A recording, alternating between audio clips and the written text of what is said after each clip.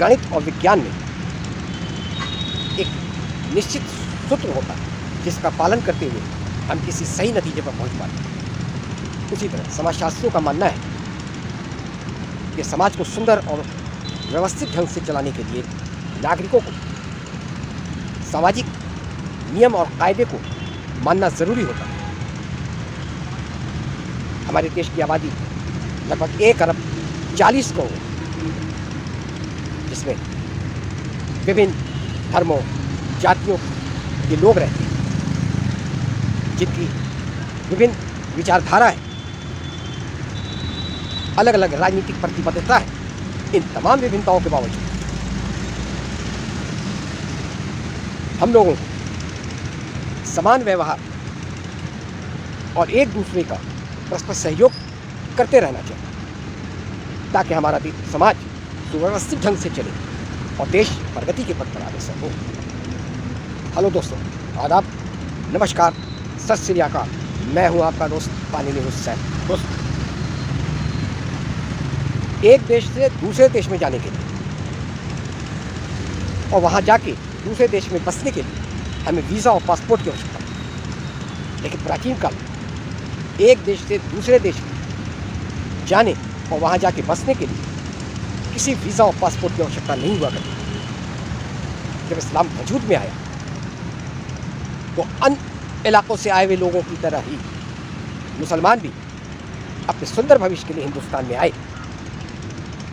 यहाँ उन्होंने देखा कि चारों मौसम का मज़ा है। हमारी खेत खलिहान उपजाऊ थी, पशुधन की बहुलता थी, जिसकी वजह से यहाँ दूध और दही की नदियाँ बहा करती। व्यापार के लिए समुंदर उपलब्ध था।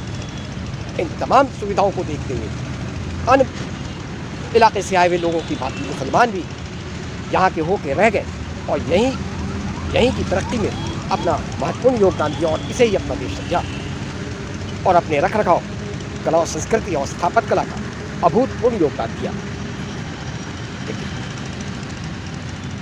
देश के पूंजीपति, कारपोरेट घराना और फासिस्टवादी ताकतें अपने एजेंटों के माध्यम से हम लोगों का शोषण करने के लिए, गरीब गुरबाओं का शोषण करने के लिए, सर्वहारा वर्ग का शोषण करने के लिए, महिलाओं का शोषण करने के लिए, आदिवासियों का हक छीनने के लिए, जंगल और ज़मीन पर कब्जा करने के लिए हम लोगों के बीच नफरत पैदा करना चाहते हैं। और इसके लिए हमारे बीच अपने एजेंटों के माध्यम से गलत इतिहास परोसना और ये बताने की कोशिश करें कि हमारी गुलामी हज़ारों वर्ष पुरानी है।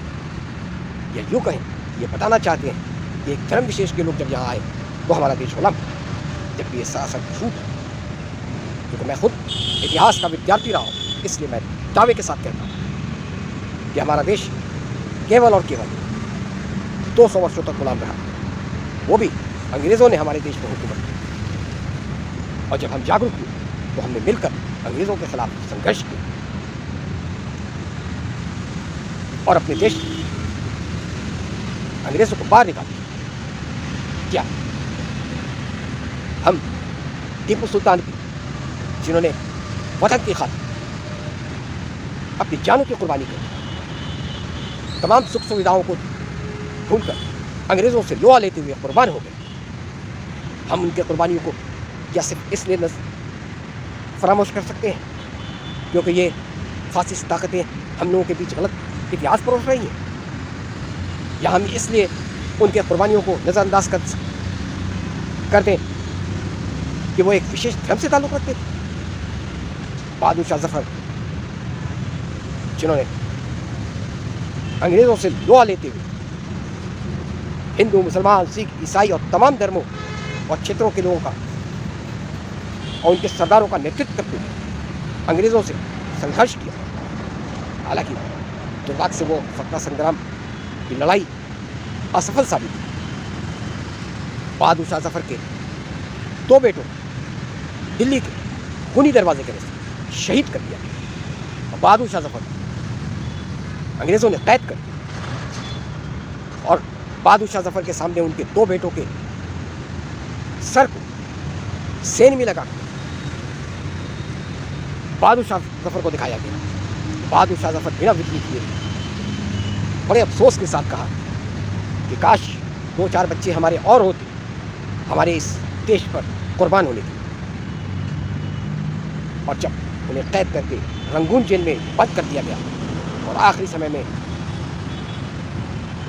उन्हें वतन की याद बहुत सताने लगी, क्योंकि वो शायर थे इसलिए उन्होंने अपने जेल की दीवार पर एक शेर लिखा कि उम्रे दराज मांग के लाए थे 4 दिन, जो आरज़ू में कट गए तो इंतज़ार में।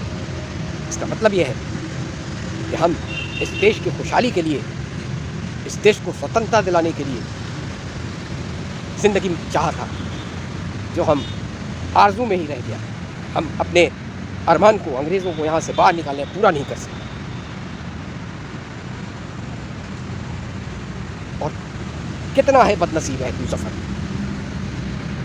उन्होंने लिखा, कितना है बदनसीब है तू ज़फ़र कि 2 गज़ ज़मीं भी न मिल सकी तुझे हुए यार। क्या ऐसे बहादुर जिसने देश के लिए अपना सब कुछ निछावर कर दिया, उनके कुर्बानी को हम सिर्फ इसलिए नज़रअंदाज कर दें कि वो एक विशेष धर्म से ताल्लुक़ रखते थे। दोस्तों, आगे हमें समझना होगा कि ये फासिस्ट ताकतें और पूंजीपति और कारपोरेट घराना हम लोगों का शोषण करने के लिए हमारे समाज को जहरीला कर दिया और हमारे इतिहास को गलत तरीके से परोस रहे हैं। आज ज़रूरत है, चूँकि ये पूंजीपति और कारपोरेट घराना और फासिस्ट ताकतें, इनको हम लोगों से कोई लेना देना नहीं। ये मौज मस्ती की ज़िंदगी गुजार रहे हैं, बड़ी बड़ी गाड़ियों में घूम रहे हैं। समाज हमारा है, इसे सुंदर हम लोगों को बनाना है। इसलिए आज ज़रूरत है कि हम सब मिलजुल करें और हमारा समाज सुंदर रहे और हम हमारा देश विकास की ओर अग्रसर हो। जय हिंद।